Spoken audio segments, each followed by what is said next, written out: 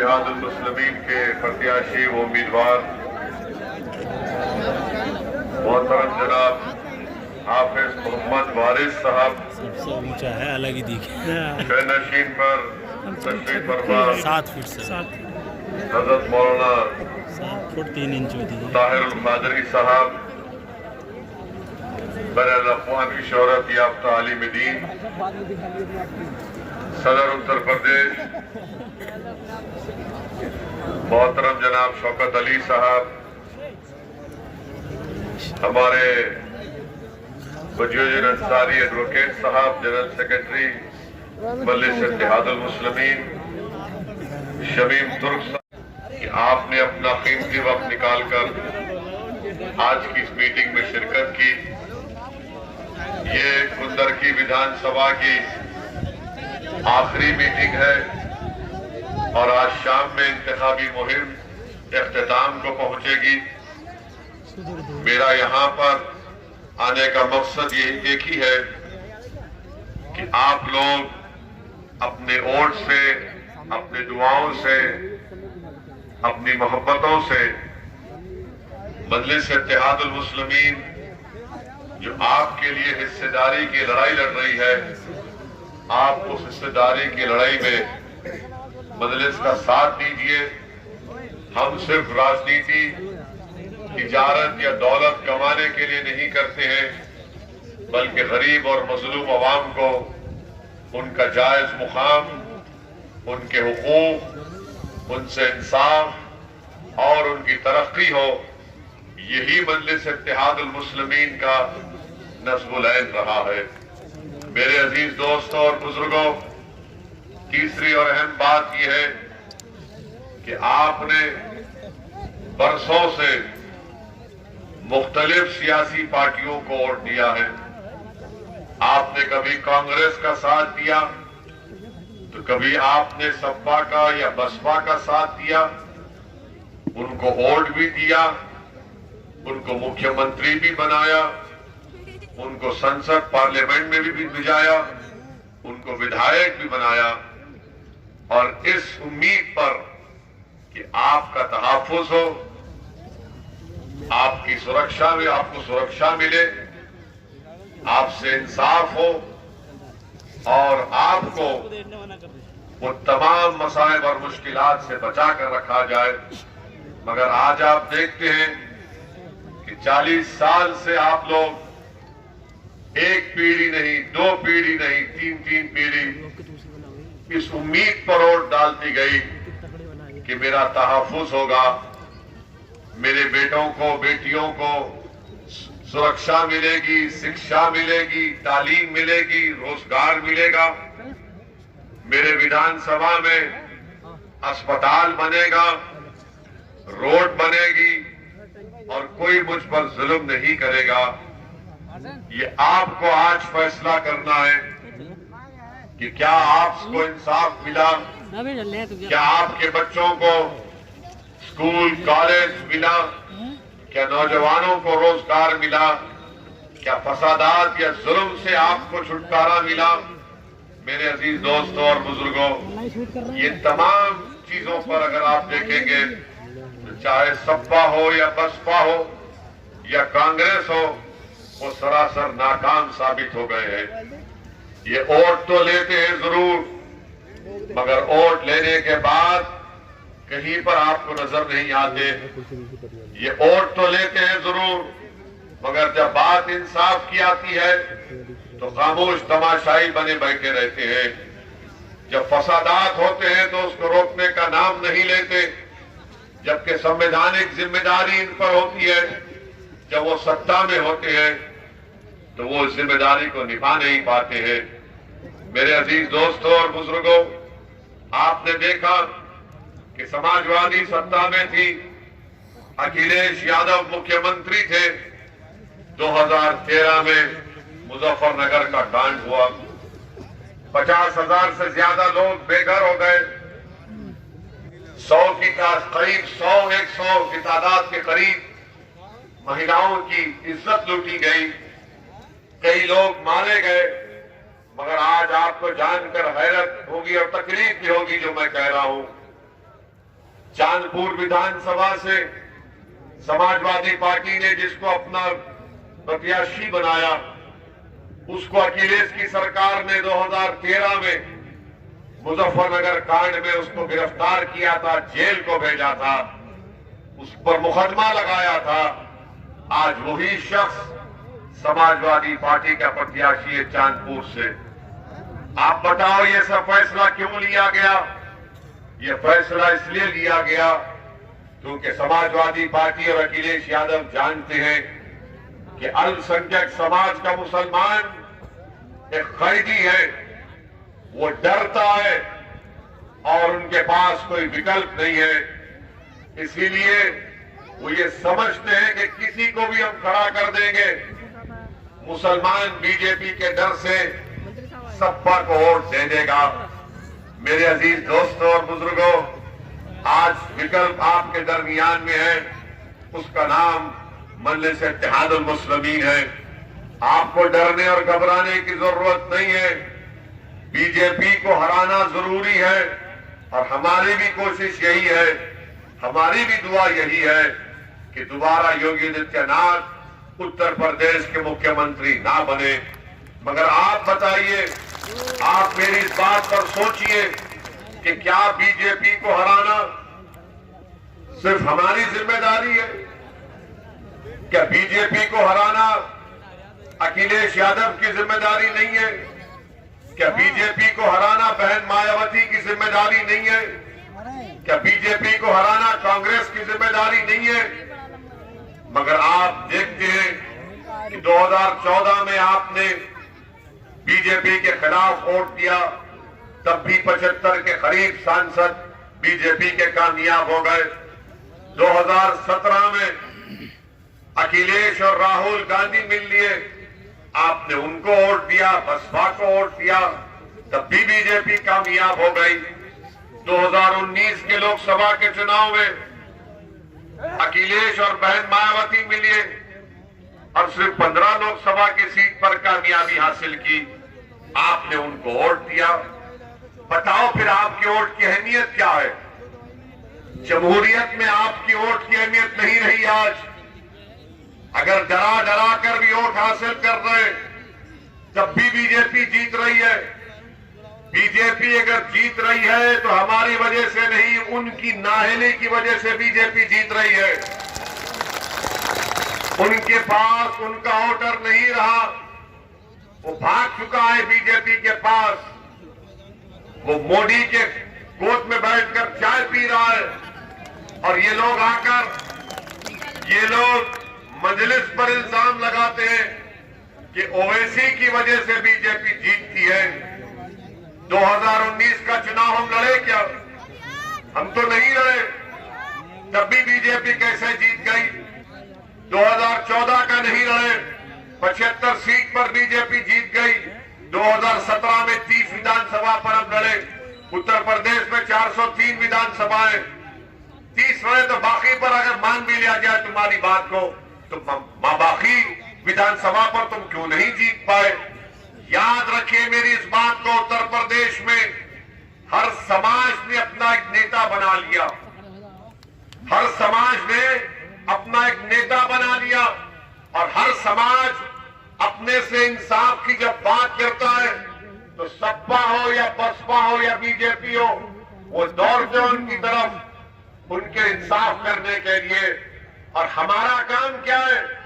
हमारा तो कोई नेता आपने बनाया नहीं, कोई आपके लिए लड़ने वाला नहीं, कोई आपके मसाइल को उठाने वाला नहीं, कोई आपकी नाइंसाफी के खिलाफ, जुल्म के खिलाफ आवाज उठाने वाला नहीं। इसलिए कि सपा बसपा कांग्रेस जानती है ये कैदी है, इनको डराओ और इनका वोट हासिल करो, उसके बाद 4.5 साल तक इनको भूल जाओ।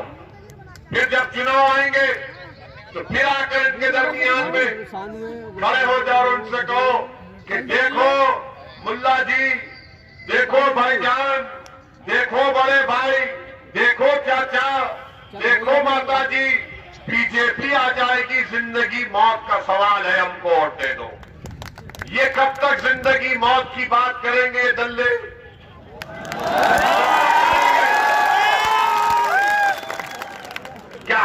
चुनाव से पहले जिंदगी मौत का सोचेंगे। चुनाव हो गए, 10 मार्च को रिजल्ट आ गया, उसके बाद रोज हम मरते हैं। हमारे बच्चे का एनकाउंटर या हमारे बेटे पर झूठा मुकदमा, जेल को भिजा दिया जाता है। फिर उसकी मौत, उसकी जवानी जो बर्बाद हो रही है, उस पर कोई बात नहीं होगी। यानी सिर्फ चुनाव आता है तो जिंदगी मौत, जिंदगी मौत, जिंदगी मौत। अबे तू क्या मेरी जिंदगी का मालिक है? अबे तू क्या मेरी मौत का फैसला करने वाला है? अरे दुनिया में जो कोई भी आया, इस दुनिया में अल्लाह के हुक्म से आया। मौत का भी वक्त लिखा हुआ है, रिज़्क़ भी लिखी हुई है और इज्जत भी लिखी हुई है। ये आपको सिर्फ करके थाली मारना नहीं है। 14 तारीख को जाके हाँ नहीं करना है, बटन दबाना है, दबाएंगे बटन को। ये बात हुई अब। वरना हमारा मामला ऐसा है कि वो बहुत जज्बात में हो जाते, फिर 14 को आए तो शैतान आके कान में बोलता जिंदगी मौत। फिर शैतान के एजेंट भी हैं, वो भी आके बोलते जिंदगी मौत। तो उन शैतानी ताकतों से कहना कि जिंदगी मौत ना तेरे हाथ में ना मेरे हाथ में, उसके हाथ में, वो जाने वो मैंने जिसके नाम का सदका गाया, उनके सदके में इंशाल्लाह जिंदा भी रहूंगा और इनको हराऊंगा भी इंशाल्लाह। और हम किसके नाम का सदका खाते? कमली वाले के नाम का सदका खाते। ये आके जिंदगी मौत, जिंदगी मौत। हमको भी बोले सिक्योरिटी ले लो, जिंदगी खतरे में। अब बोले तू फैसला करेगा, तू फैसला करेगा हमारी जिंदगी का। हमारी जिंदगी का फैसला तो अम्मा के पेट में आने से पहले आलम अरवा में हो चुका है, हो चुका है। ये तो महज खेल है, कोई आता है जाना सबको है। जेड कैटेगरी ले लो।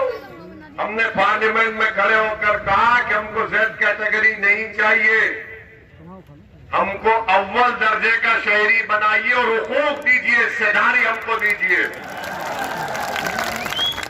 तो ये जो लोग आकर आपसे कहेंगे जिंदगी मौत का इलेक्शन है, नहीं है, जिंदा रहेंगे इंशाअल्लाह ताला और हिस्सेदारी की लड़ाई में लड़ेंगे, आपके हक की लड़ाई लड़ेंगे, आपके इंसाफ की लड़ाई लड़ेंगे और ऐसे बेहतरीन बहादुर को यहां से कामयाब करेंगे जो उत्तर प्रदेश की विधानसभा में जाकर, जो आज आपके दरमियान में खड़े होकर अपनी तकलीफ का इजहार करते हुए बार बार आपसे मुखातिब होकर कह रहा था कि प्यारो प्यारो प्यारो प्यारो।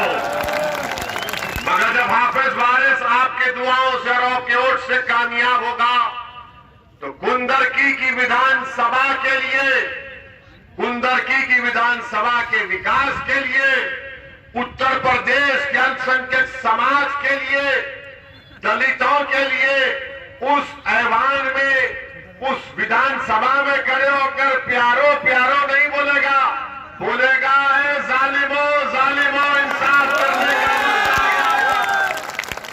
अब इंसाफ करने का वक्त आया है, क्योंकि जितने जीत कर गए वो गूंगे बनकर बैठते थे विधानसभा में। जितने तुम आपके वोट से कामयाब होकर गए वो सब के सब अंधे और बहरे बनकर बैठ कर सुनते थे खाली गुफ्तगू। लोग बोलेंगे कि अगर हाफिज वारिस कामयाब हो गया, मजलिस के 8-10 कामयाब हो गए तो क्या होगा? क्या तुम सत्ता में आओगे? फिर दूसरा सवाल हजरत इब्लीस के जानशीनों की तरफ से, तुम क्या सत्ता में आओगे? तुम्हारा मुख्यमंत्री बनेगा? मेरे भाई, 40 साल से आपने जिसको वोट दिया उसको विधायक बनाया, उसको मिनिस्टर बनाया, मंत्री बनाया, उसकी पार्टी के अध्यक्ष को मुख्यमंत्री बनाया, उसको एक गाड़ी मिलती है, उसकी लाल लाइट लगती है तो विधायक समझता कि मेरे सर से सींग निकल गए, टाई टाई समझ के। काम कुछ नहीं करता। इनके पास कोई ताकत नहीं होती सिवाय इसके कि सिर्फ जनता में आके मंत्री जी आ गए, मंत्री जी आ गए। और जितने मंत्री बने संतरी से भी उनको बड़ा ताकत नहीं थी उनके पास, कुछ नहीं कर सकते। जब भैया के सामने जाते तो सांस नहीं ले सकते, हाथ जोड़ के खड़े होते बादब होकर। जब बहन जी के पास जाते तो सांस भी नहीं ले सकते। ये इनकी हैसियत है, ये हकीकत है। ये क्या बोल सकते अखिलेश के सामने? इनको बोलने से पहले इजाजत लेनी पड़ती है कि भैया बोले या ना बोले। भैया इनको सिर्फ घूर के देखे जी समझ गए हम। ये हमारी हैसियत है, ये हमारा मुकाम है, ये हकीकत है। इसको जब कैसे बदलेंगे आप? जब आप कुंदर की विधानसभा से हाफिज वारिस को कामयाब करेंगे तो हाफिज वारिस को मैं आपके दरमियान में ये बता रहा हूं कि जब इंशाअल्लाह अल्लाह सुब्हानहू व तआला नबी करीम सल्लल्लाहु अलैहि वसल्लम के सत्तर तो फैल में हाफिज वारिस को यहां से विधायक बनाकर उत्तर प्रदेश की विधानसभा में भिजाएगा तो हाफिज वारिस साहब जबान नहीं रुकनी चाहिए गरीब मजलूमों के इंसाफ के लिए। लड़ते रहना आपका काम है। और सुनो समाजवादी पार्टी के चमचों, मैं तुमसे अगर आप बोलेंगे अब ये 7-8 जीत गए तो क्या होगा, आप उनसे पूछिए। भारत की पार्लियामेंट में जो हमारे देश की सबसे बड़ी पंचायत है 540 के ऐवान में अगर एक दीवाना ओवैसी खड़ा हो गया तो 300 बीजेपी के खड़े होकर इस्तेमाल करते उसका। इखलास की जरूरत है। मालूम क्या हुआ? तादाद की जरूरत नहीं है, हिम्मत की जरूरत है। मालूम क्या हुआ? इख्तिदार की जरूरत नहीं है, इमाम हुसैन के जज्बे की जरूरत है। ये मिजाज मजलिस पैदा करती है। वक्त का यजीद होगा तो गर्दन नहीं झुकाएंगे, गर्दन कटा देंगे। वक्त का नमरूद होगा, आग होगी तब भी कहेंगे कि आग में जाना पसंद करेंगे मगर बातिल से समझौता नहीं करेंगे। वक्त का फिरौन होगा, ताकत होगी तब भी कहेंगे कि नहीं तेरी फिरौनियत खत्म होगी। जब फिरौन होगा तो अल्लाह मूसा को भी पैदा करेगा, अल्लाह हारून को भी पैदा करेगा। मेरे अजीज दोस्तों और बुजुर्गों, ये मिजाज मजलिस आपको देती है। बैठिए बैठिए, उड़न कठोला है। हाँ, टेक ऑफ करना है बोल रहे हैं, मगर आपको मैं बता रहा हूं आप अखिलेश को भरोसा मत करिए। एक वीडियो चल रहा है, सुना आपने अखिलेश का वीडियो? उससे मीडिया ने सवाल किया हिजाब और निकाब पर। क्या किया अखिलेश ने? क्या कहा? क्या कहा? क्या कहा उसने? बोला मुझे सुनाई नहीं दे रहा, बहरा हो गया क्या? जब मीडिया ने पूछा मुस्लिम वोट तो बोला ऊंचा बोलो, सुनाई नहीं दे रहा है। और फिर उस बच्ची ने क्या किया? उस बच्ची ने क्या किया? उस बच्ची से जब पूछा गया बीबीसी के इंटरव्यू ने कि तुमने नारा क्यों लगाया, तो उस बच्ची ने हम सबको जिंदगी का मकसद बता दिया। उस बच्ची ने कहा कि जब मैं डरती हूं तो मैं कहती हूं अल्लाहू अकबर। तो जब तुम डरोगे तो क्या बोलोगे? जब जिंदगी मौत की बात करेगा तो क्या बोलोगे? जब जिंदगी मौत की बात करेगा तो क्या बोलोगे? समाजवादी के लोग जब डरते क्या कहते हैं? भैया भैया भैया। हम नहीं बोलेंगे, हम अपना हक करेंगे। और 14 तारीख के दिन आप तमाम मजलिस का साथ देंगे ना? हाथ उठाइए, मजलिस का साथ देंगे।